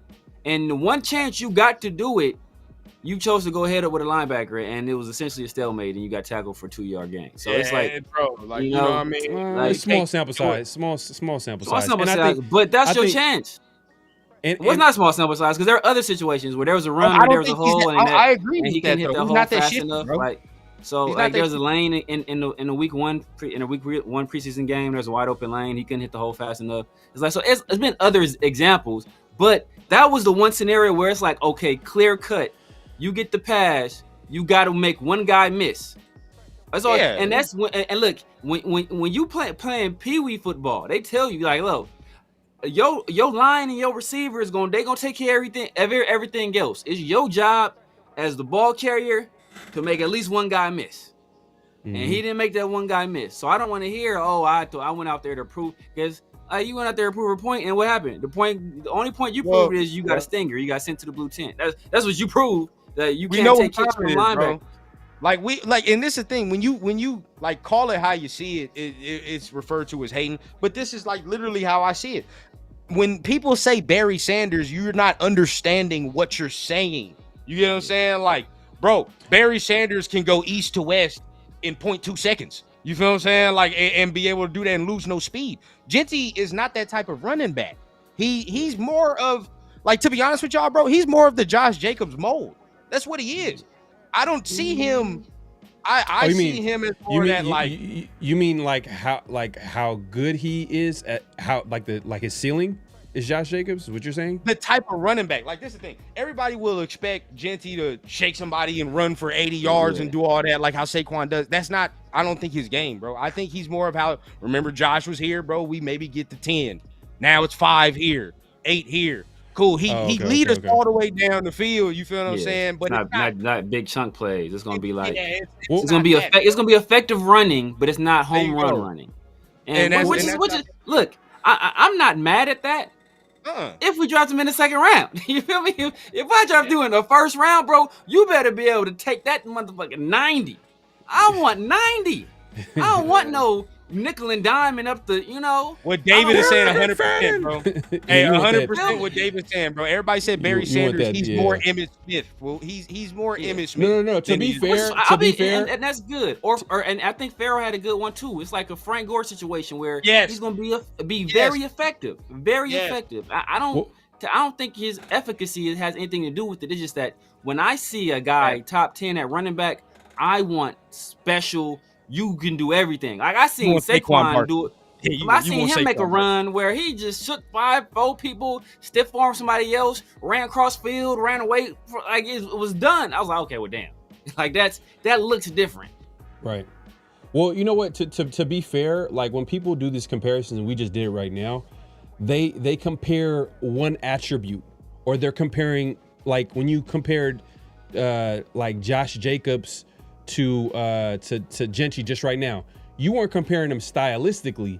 You were comparing them like the effectiveness of his game, what type of game, like what type of like yardage he'll be able to get. You know what I mean? You're basically saying that he's not going to be that home run guy. He's going to be a guy that's going to give you 5 yards here, 6 yards, 10 yards, 15, maybe a 30 yard, maybe 40 yard. Yeah, you know what I mean? That's what you're saying. Now with the Barry Sanders, I never understood it, but then when I heard Marcus Allen compare him to Barry Sanders, he didn't compare him to Barry Sanders like stylistically like him. Obviously, that's like you got to be blind not to like it's clearly not the same. But he said like he was talking about his balance. He brought up his balance, contact balance. Like he was talking about that aspect of him.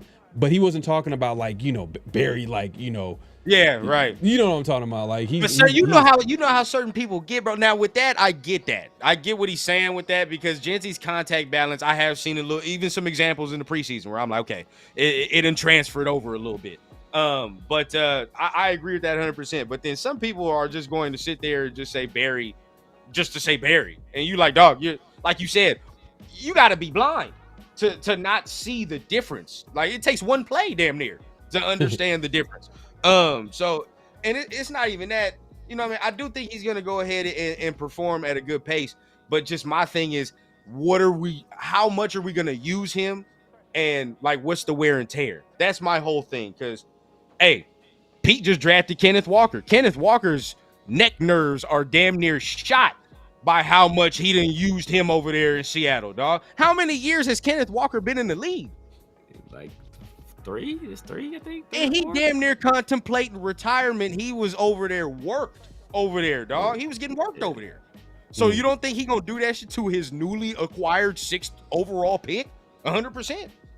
So I just think Chip got to sit in there. I hope Chip is in there like, nah, hey, we're gonna mix him in. You feel what I'm saying? Mix him in. Well, I think they got a plan for him because when you hear like the running back coach talk about Genty, he was talking about him like he brought up the like we want to make sure we prolong his career. We want to make sure we're gonna stay. So that's coming from the running back coach. That's what I love to hear. So, and I'm sure he's collaborating with the offensive coordinator, offensive line coach. Like they're all like in there in the same room talking. So they're well aware of that. And Chip Kelly, you know, Severe, you can speak to this. You know, he coached 2 running backs last year at Ohio State. So he's all about managing and you know, having like a committee type of situation. Not to say that will be 100% Genty, but he'll know how to like do that. Let's say Zamir White, who looked good that last preseason game, even though it's preseason. But what I'm saying is that he probably maybe could get the best out of Zamir because he knows what he's good at. And we spoke to Marcus right now, and he was talking about, and you know, Rundown, you could talk about this too as well. You know, Zamir is probably better in a more of a power blocking scheme than maybe a zone. And like you could make, and it could complement a Genty in that room. So just finding ways to do that is huge. And shout out to Ray Ray. He says, we will see come the fourth quarter. Look, Oregon has the NFL speed on that defense, and he outran everyone for 70. If they give him space and isn't fighting for his life, I think he can run. I saw that game. He broke a bunch of tackles, which he did, break a bunch of tackles. And then when he had the angle on guys, he ran away from them. But I also saw week 3 him get hawked down by people in versus Portland State. So the math ain't mathing. I've seen it both ways. I've seen him get caught from behind several times. I sent clips to Pharaoh because Pharaoh's like, man, I never seen it. I sent Pharaoh clips. Like, look, bro, you want to see it? I sent him clips. He's like, well, damn.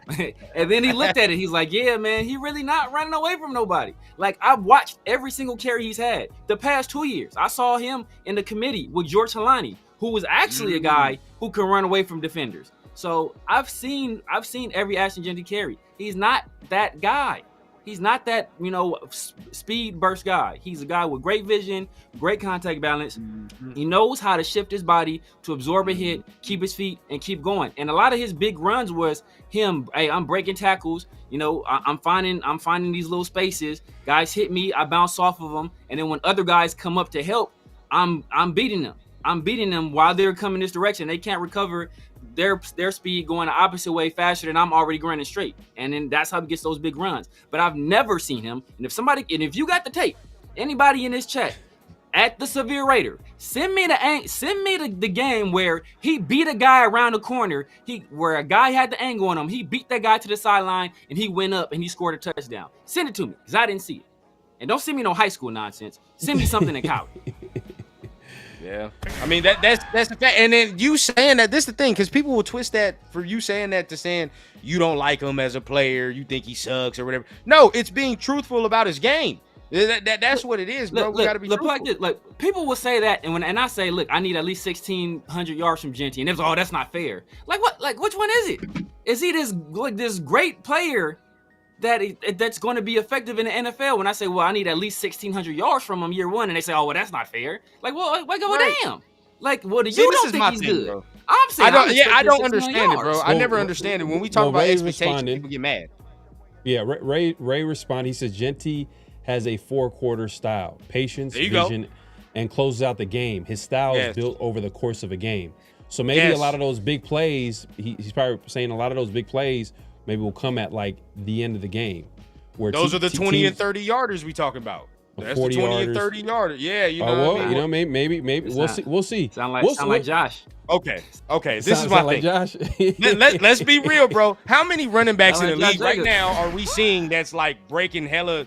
You know what I mean? That's doing these long yard touchdown runs. There's only like a handful, bro. Yeah. And a handful of these running backs that are doing that. Genty is not like, bro. A handful of the running backs that do take this shit to the crib in the league, Genty is not like. The only dude that's an outlier is Derrick Henry, and that is because he's a freak. That's it. You know what I'm saying? Other than that, laboratory. You know what I mean? I still think Genty can be very effective. I still think he can be very effective. It's not to take anything away from his efficacy. I just don't see him as this home run generational. I'm dusting everybody. I'm smoking boots on a weekly basis. I don't see that happening.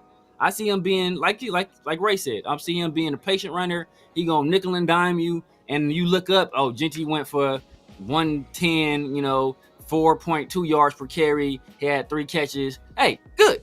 I'm good with that. But that's not generational. That's a good player. It's A good, very yeah, good it's a good player. player. We just talking about Najee Harris has never had a year in the NFL where he didn't have 1,000 yards. Just because he's just and Najee is mid. He's just very efficient. Very efficient. But he just over 1,000 though. He be getting them like just over 1,000 yards. And you know what that means, bro? That just- means he's getting like 70 yards a game. Exactly. Like, That's exactly what it is. Exactly what it is. 70 I'm yards not a cool game. with no 70 yards per game, dog. 80 yards a game gets you 1,200 nowadays.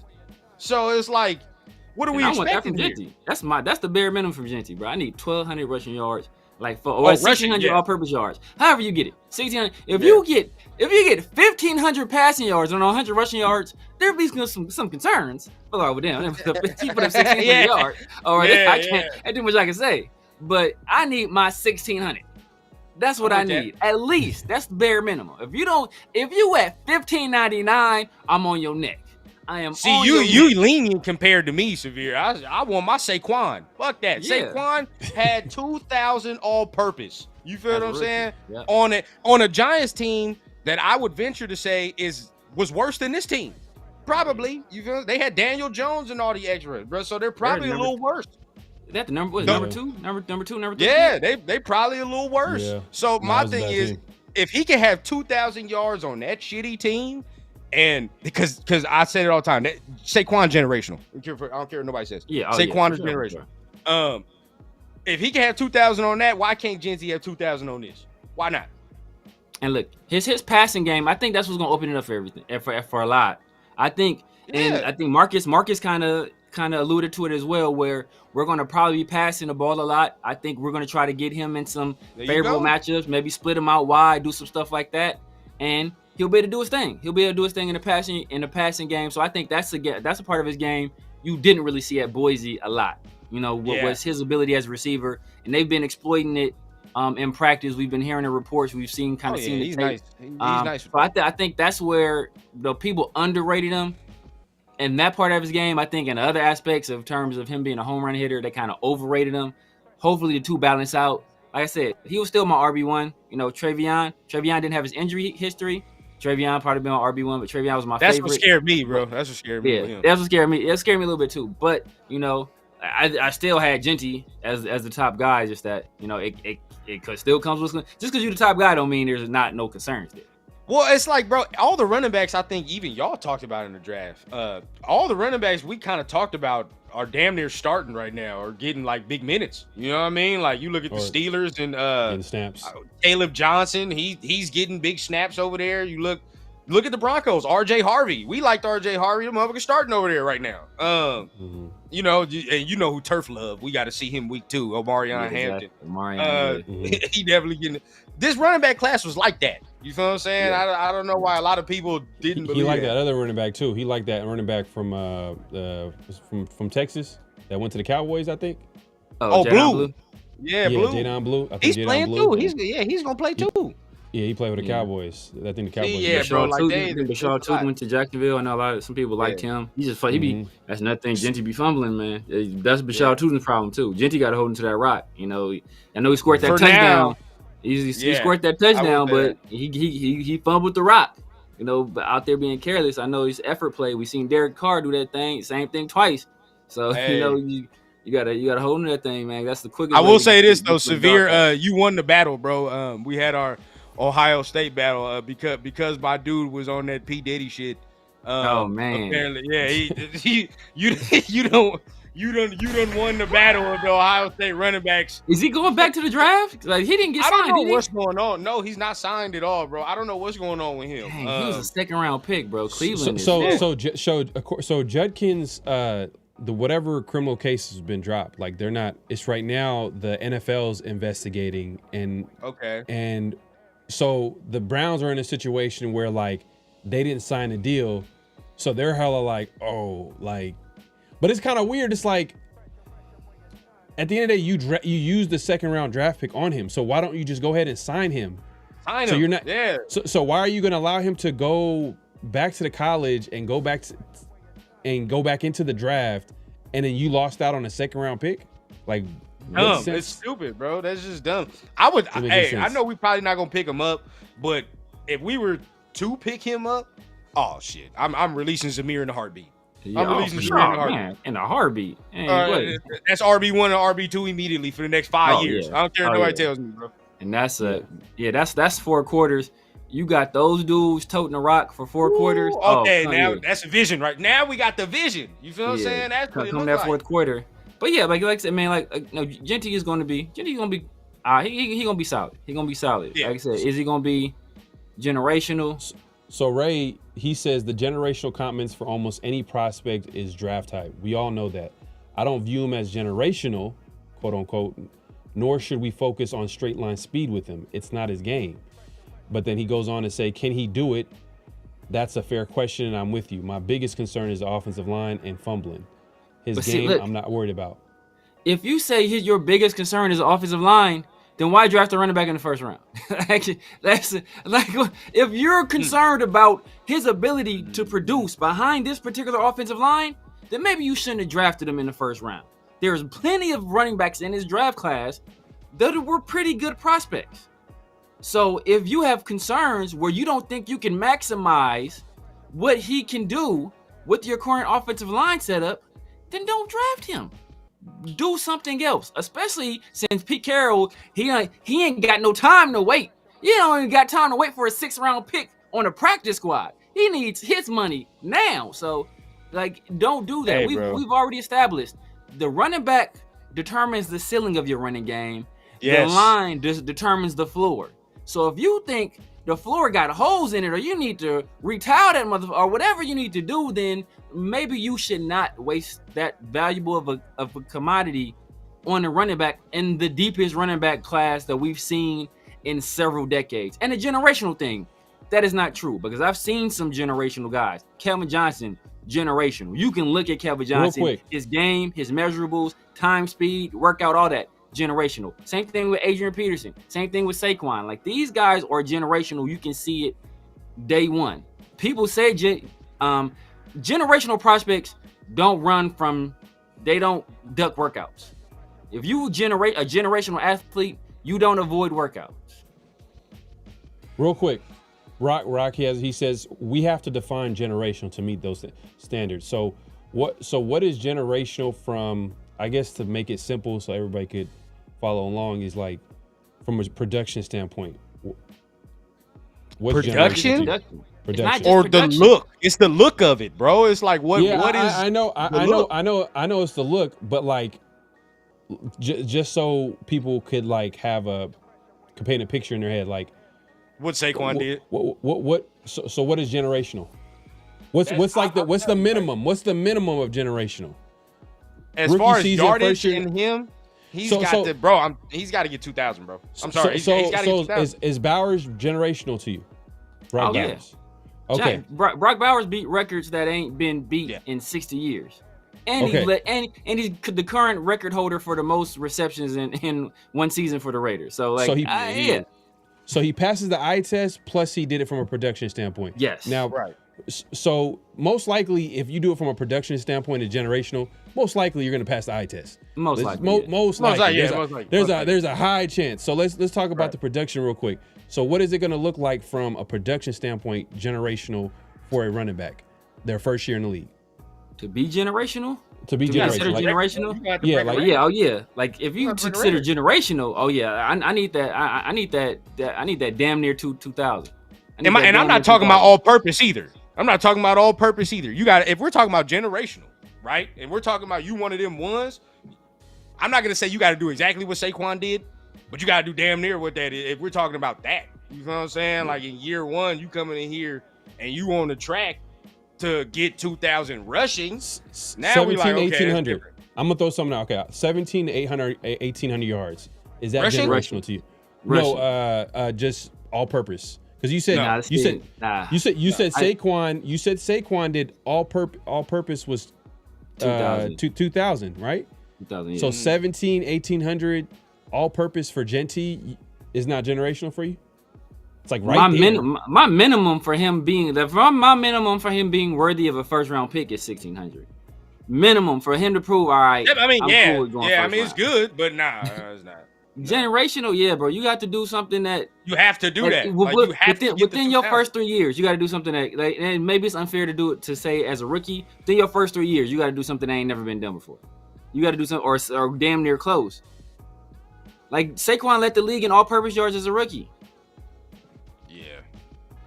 Yeah. And this is the On thing a too. bad team. On a terrible team. And That's that was the whole last thing, generational like, back. And that was the last generational back. And yeah, you know, on a terrible team. And it's already going to be harder for Genty to say, because like just the look of it. So Saquon is like 6 foot 220. You know, And Ashton Genty- it's crazy too because or 230. two guys that you probably would consider maybe in the top 10, Bijan Robinson and old boy from the Lions. Jahmyr Gibbs. Jahmyr Gibbs. They really didn't start showing out until like recently. You know what I mean? Like Jahmyr Gibbs had his breakout season last year. But they were both in timeshares though. That's the difference. They were both in timeshares. And He's then in Bijan, timeshare. what I'm trying to say, Bijan, when he was drafted, they were like, he's arguably the best player in the draft. He's like, yeah. You know, But what I'm saying? nobody was throwing a generational tab on him though. That's the thing. So There's what a if- difference what between if you being the Genty, best player regardless of position and you being considered generational? Like most people said he was the best player regardless of position, but nobody was saying he was a generational like once every 15, 20 year type back, because that was clearly Saquon who had came out not that long before that. So now people are trying to. It's been a little bit of space between him and Saquon. Do you think, not to cut you off, do you think Frank Gore was generational? No. Generational? No. He's not for generational. He's top 3 in rushing yards or top 5. He just had a long productive career. He was on a long productive career.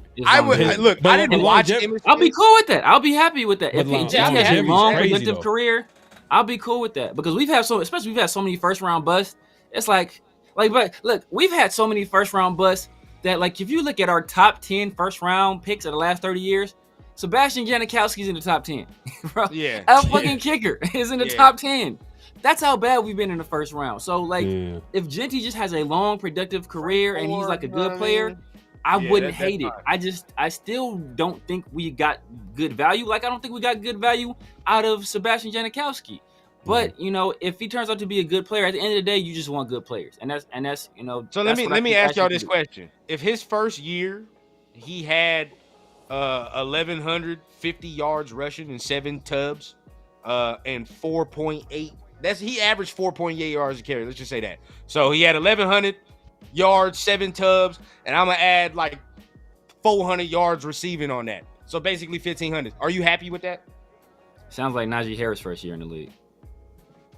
Sounds like his exact same.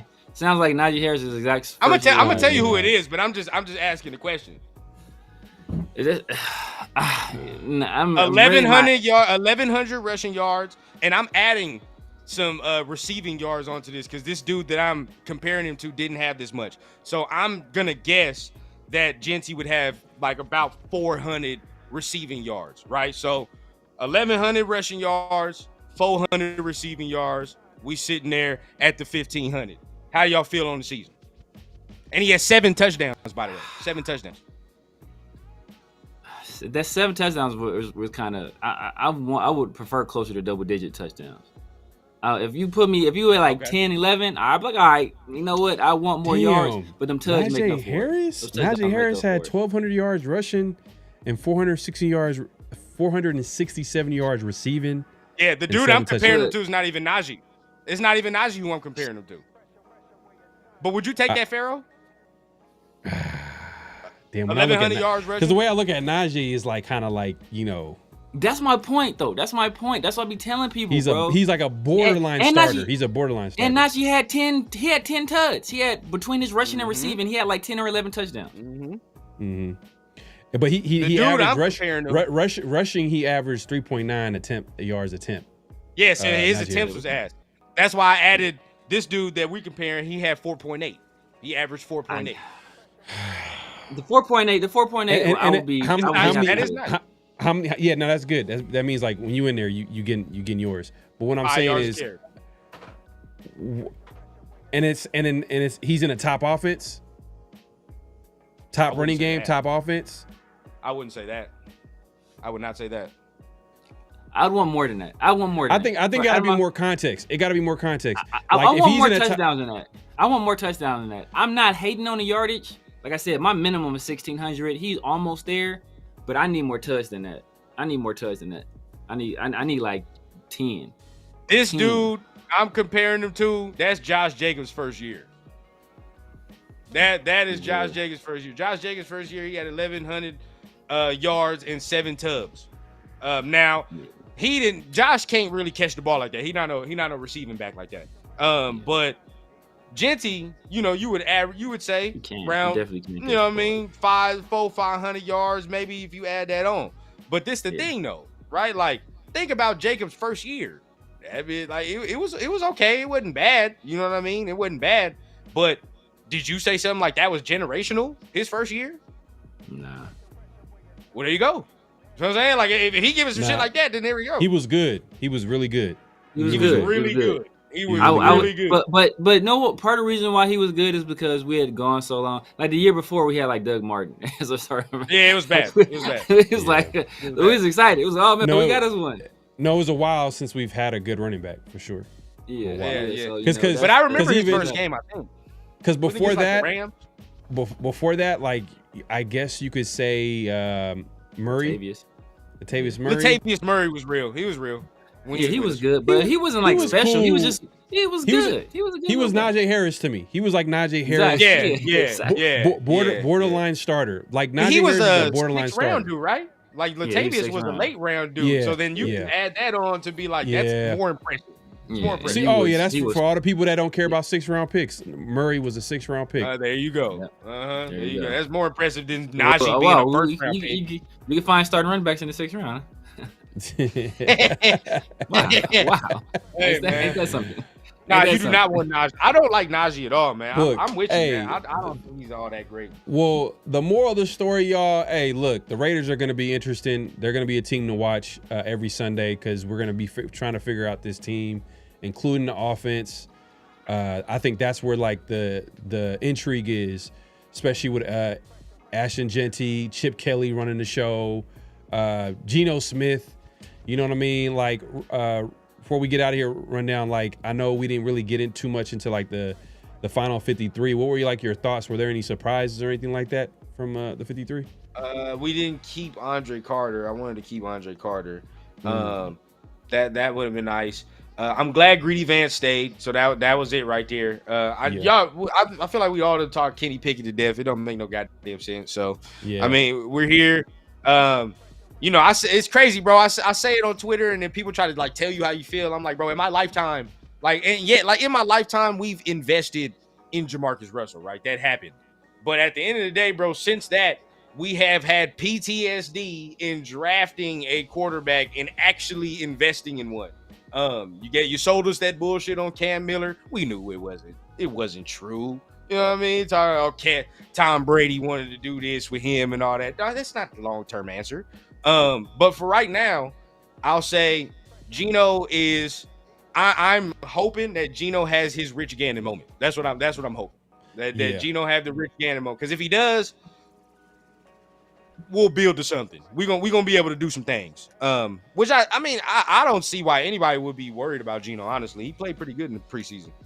Yeah, he looks good. And then, like, hey, if you combine just a solid or good QB with a great offensive coordinator or a good offensive coordinator, that in itself will make everything look good. So that's what I'm hoping for. That's what I'm saying. Like, the offense is going to be, like, the Raiders are going to be way more watchable than last year. That's guaranteed. Oh yeah. Like, it was hard watching the Raiders last year. Back to the heartbreak stuff though, or the you know what I mean, where everybody got to have cardiac arrest in the 4th quarter. That's what that's true. Daniel Carson better be ready. Woo! Hey, he's gonna make some bread this year, dog. He gonna make. That's true. Yeah. But hey, if the Raiders can get out in front, you give Max and the boys, a lead, and they just pin their ears back and get after the quarterback, and then hopefully we start fast, bro. If the season start fast, I think we'll be all right. We gotta start fast. That's the whole thing. Definitely. I mean, week 1, man. Like, Patriots, Raiders. What's your take on that game, man? Is it a winnable game? Is it going to be a tough game on paper? Like I know it's tough because when I look at it, I'm like, damn, it has the storylines. You got the Josh McDaniels. He's being severe. Like he's circled this game. He's been game planning. As soon as he got the job, he started game planning this game. Like he's the Raiders first game.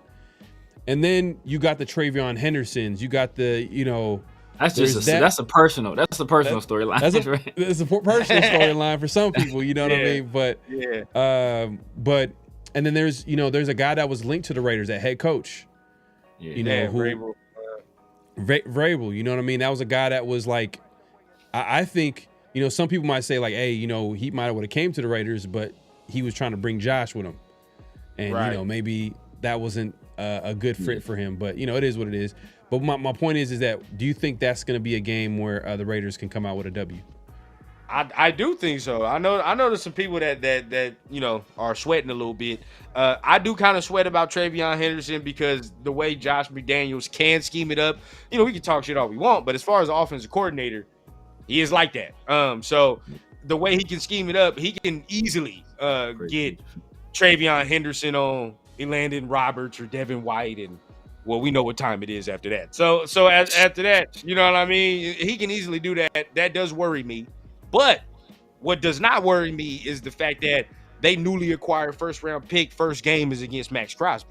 So that right there, can actually, because if we know one thing about Max, and he getting that zone, that rhythm, he really gonna disrupt the game. You know what I mean? And if we get what we can expect out of Malcolm Kuntz as well, they O-line ain't all that formidable. I will say that. Like, they added the pieces, but they O-line didn't sit there and become, the Eagles O-line overnight. So I think if we can get pressure on Drake May, we're gonna be all right. Because I think, we'll be able to overwhelm them on the offensive side.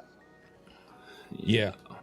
And like we said, man, if they obviously if they can get that, like, make them one-dimensional defense or offense, it jumps to early lead. And just makes it easier for Max Crosby and that D-line just to get after the quarterback. Makes it easy for everybody else. But that secondary, though, that's the... Now, if Drake May is the second coming to Tom Brady, then he had a solid rookie season, man. He had a solid rookie season. But then there's a factor. There is a factor with Josh McDaniels and his offense and where they always... It takes a little bit while because it's a timing-based thing. And, it's going to just take more time. And you got a young guy. We'll see how Drake May kind of catches on to that offense, but we'll see, man. It's man. But hey, we appreciate everybody coming through. Make sure to clock in at this point, clock out, hit that like button, hit that subscribe button, hit that notification bell. Spillane, I forgot Spillane is up in there with the Patriots. Yeah, he's gonna have and Caleb Vine. Getting Genty on Spillane don't sound bad to me though. I ain't gonna lie to you. That don't sound bad to me. In pass coverage, I ain't mad at that at all. I ain't mad at that at all. You figure that out right there. I ain't mad at that at all. That old, facts. Hey, but we talk about that matchup though. It's a little bit different, but remember how Joe Alt did Max Crosby week 1 last year. I don't think your boy's Joe Alt though. I don't think Joe Alt. I don't know. His arm shorter. that's where Max might be able to get him. That's where Max might be able to get him. One little swipe, man. We good. You know what I'm saying? We gonna be all right. All right? Player of the game, week 1. Geno Smith. Total. Okay. A total, just like total of the game, like. Just the entire game. Who's gonna if the Raiders win? If the Raiders win, who's gonna be the guy that like leads the way? Is it gonna be Geno Smith? Is it going to be a huge game from Genty? Oh, Jacoby. Jacoby Myers. And then Jacoby Myers walks past the press box like Geno walked past the fans. There you go. Pay that man, by the way, before we get out of here, bro. Pay that man, please. Like, let's just get rid of that. Stop it. Brock, okay, Brock too. But I think they're gonna do everything in their power to not let Brock win it. If they let Brock get off, they're gonna put Gonzalez on him. I was going to ask They're you. gonna do everything in their power to make sure Brock don't. Y'all think Gonzalez is like Surtain though? That's my question. I don't know if I can do that. Good. He's good, but he ain't Surtain though. He ain't. He's a bigger guy though too. He's a taller guy, but he's not big. He's slim. Surtain he's slim. Built, yeah, Surtain is built a little bit, more sturdy. But Gonzalez is a better athlete though. Yeah. We'll see if they do that. Then it's gonna. I think Brock can eat against Gonzalez because he's just gonna body him up. He's just gonna be physical. I'm talking about who the hell else finna get open. What's happening? Oh yeah, they got it. Yeah. Oh yeah, that's why I said Jacoby. I think they're gonna make sure Brock don't get off. That's why I think Jacoby's gonna get off. Yeah. Amari Cooper. That'd be dope. That'd be a great story. That would make a good show. Like if we come back after week 1, we win, and Amari Cooper has a great game. That'd be like a dope show. Man. It's like he's reunited. That'd be dope. That'd be dope. That'd be fun. He's motivated. You know what I mean? Hopefully, Marcus didn't really give me a lot of hope that he's gonna be a guy that's gonna be a factor this year. Hopefully he is. We really didn't have too much time to talk about Brandon Jackson. He's an interesting guy though. They picked up that I like. Like a guy that a little bit he kind of had a good preseason. He looked at his numbers and he looked like he could be another guy that you could add to that pass rusher room. So I like it from the standpoint of a younger player to develop. I mean, what do you think of him? That one I liked for sure. Like you said, I think this was the more like, we had Chase on last year and he was that like little addition. And I'm looking like, and I don't think we really had that. Now looking at this dude, I think you could kind of just throw him in there a little bit and just say, hey, see ball, get ball. You know what I mean? He had like what 3 sacks and 4 tackles for loss in 3 games. That's what he had. Like I'll take that all day to my bank. Yeah, I'll take that. Yeah. And you know what? I'm gonna go with Genty. I think Genty gonna have a big game. If the Raiders win week 1, which they have it's a winnable game, but I feel like week 1, man, anything could happen. I think Genty has a statement game. D-line is real though. They D-line is real. D-line is here. Christian Barmore. They got D-line. That's why I'm not saying Genty, because I think it might end up being a high scoring affair. Because you got Eric Stokes and Caillou Blue Kelly or Darren Porter trying to guard Kyle Williams and Stephon Diggs and like. Oh yeah, Stephon. It'll be ugly, bro. That's why I'm like, we'll see. And they just signed. I think they signed Milton Williams in the offseason too from the Eagles. So they got Milton Williams and they got Christian Barmore. So it's ain't no joke. Yeah. Rock is predicting a rookie. Dante might have a game. We'll see. Oh, that'd be solid. I would love that. I'd like to see if one of our rookies get off. If any of our rookies get off, I'll be happy. Any of the rookies get off, that'd be dope. Facts. Oh yeah, definitely, because there'll be a huge confidence boost for them, and they can obviously get better from there. But man, rundown, man. Let the people know where they can find you, what to look forward to all that good stuff. Well, man, y'all already know, man. It's at the Raider Rundown. If you're looking for me on YouTube, pretty much that's where you can find everything else, man. So just go ahead, travel up to the YouTube page, man. We're trying to hit that 3K on the third season. So yeah, 3K on the third season. We almost there, and then I'm doing a Geno Smith jersey giveaway as soon as I do hit the 3K. So make sure y'all tune in. My next show will be on Saturday with my dog Jay for Good Morning Raiders, 10 o'clock Pacific time. If y'all trying to tune in. Definitely check that out. I'm gonna put the link of your channel in the chat. My mods. I'm just not sure if everybody's here. Hold on, let me put that in there. Boom. We got to set it up for you. Okay. There you go. There you go, man. Yeah. Now, if you haven't subscribed, definitely subscribe to Raider Rundown. He's putting in work out here. Does great Raider content. Man, you got a few shows. I see you got a show with Mike. You got obviously you got a show with Jay coming up. You got your own show. You got a show with Turf. I know you and Severe and the boys got your own show. Like it's, man, you a busy man. Yeah. Oh, hey, I gotta plug it. I got to plug it too. I might be doing some more stuff with Raider Alex as well post game. You feel what I'm saying? We might be doing some more stuff right there. We got a little something worked out.